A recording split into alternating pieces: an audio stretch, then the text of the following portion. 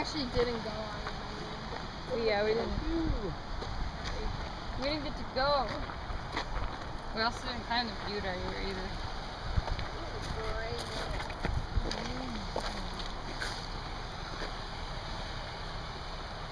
That's a big whale. There are bigger whales. Boom!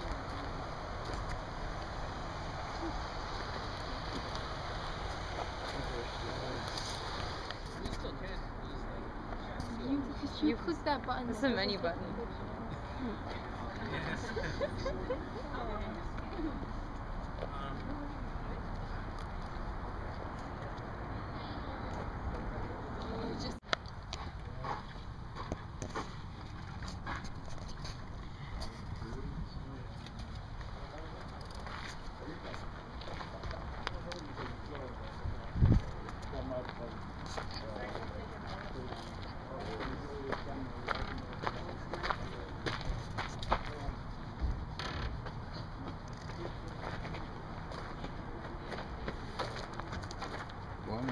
Oh.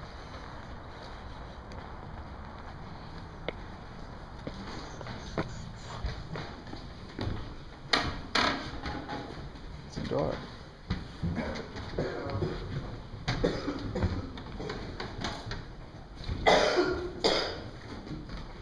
Where is your group from? Michigan. Michigan. Michigan? Okay. Have you been down to Juneau, Sitka, Ketchikan area? No, we don't go that far south. The farthest south we go is our on the lake shore. Okay. This is a downscale version of one of our homes. This is covering some groups down there. We have the Tlingit, the Haida, the Siouxland, and the Yak people. And this here is a downscale version of one of our homes. Normally these would be 4 to 5 times longer. And some of the words are almost identical. Well, actually, most of the words that we compared are identical. So it's very interesting. And in the southeast part of Alaska, this is also known as the Panhandle. We have 4 different cultures. The dark brown is the Eyak. They no longer have any fluent speakers, but they're trying to relearn their language. In the green, we have the Tlingit. In the light brown, there's the Haida. The Tlingit and the Haida are not just in Alaska. They're also in British Columbia and Canada. The dark green are the Tsimshian people. They were not originally Alaskan, and right now this is the only federally recognized reservation we have here in Alaska. And at that village is Metlakatla. Southeast Alaska is actually a temperate rainforest, so we have a rainforest in Alaska. Now over here, in the yellow region, I have the Yupik and the Chupik. Now there's only 2 Chupik villages in all of western Alaska. Makoya, Nunivak Island, and Chivak. This area has no trees because the ground's frozen. And it's very flat and wet and marshy, so it's very different than other areas in Alaska. Up north, we have the St. Lawrence Island Yupik on that light orange island on your left-hand side, and their language is very similar to the Yupik and the Chupik. And in the orange, we have the Inupiaq. The Inupiaq go all the way into Canada and all the way to Greenland. And the St. Lawrence Island Yupiks are related to the Siberian Yupiks over in Russia. Up north, there's no trees, just like western Alaska. And there are 10 whaling communities up north right now, and they hunt the bowhead whale. Now, bowhead whale can grow to be about 72 to 75 feet long, and approximately every foot is a ton, and they're anywhere from 75 to 80 ton whales. They're huge, and they're very, very important up north. Have you guys ever had whale before? No? Do you guys know what it's called? Huh? Whale? No. Muktuk. Can you guys say that? Muktuk. Muktuk or Muntuk? Muktuk. There you go, thank you. Whoever just repeat it exactly after me. Okay. So, it is the dark purple and the light purple. This is home to the Alutiiq and the Aleut. These are not their traditional names. These are the names given to them by the Russians. The Russians came over through the Aleutian Islands and named these people the Aleut and the Alutiiq. Their traditional names are Lunanga and Sukpiaq. Kodiak Island right there, that's our largest island here in Alaska, and the second largest island in America. The Aleutian Islands, these range about 1,250 miles long. Almost every single island is a volcanic island.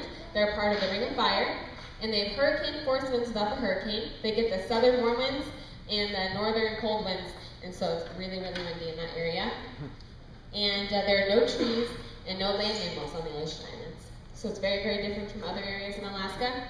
About 95% of their diet comes from the ocean, and about 50% of that are just sea mammals. So, it's a very, very harsh life on the Aleutian Islands. Now, I'll have about a couple minutes for questions. Are there? Done for the skill behind this? Wow. What does it look like you're doing? Roger. Crossing creeks. Crossing creeks. That's close. It doesn't involve the water. Yeah.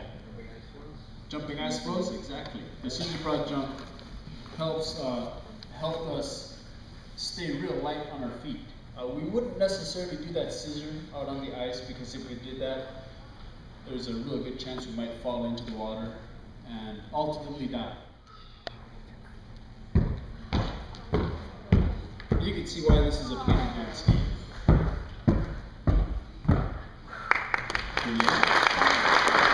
Whoever caught a seal that big, he had to pull it onto the ice by himself to where he could butcher it and then bring it back home.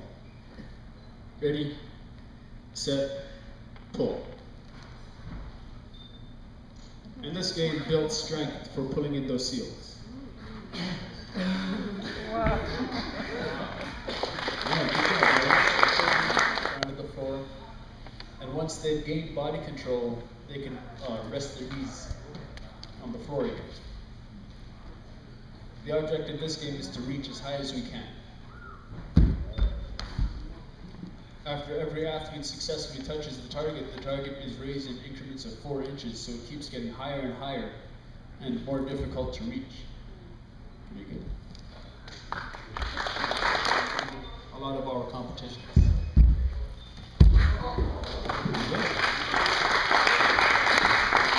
And land on the same foot they kicked with. Pretty good.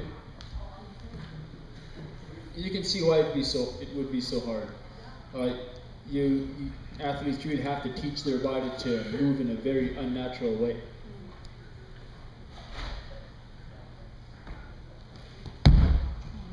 There we go.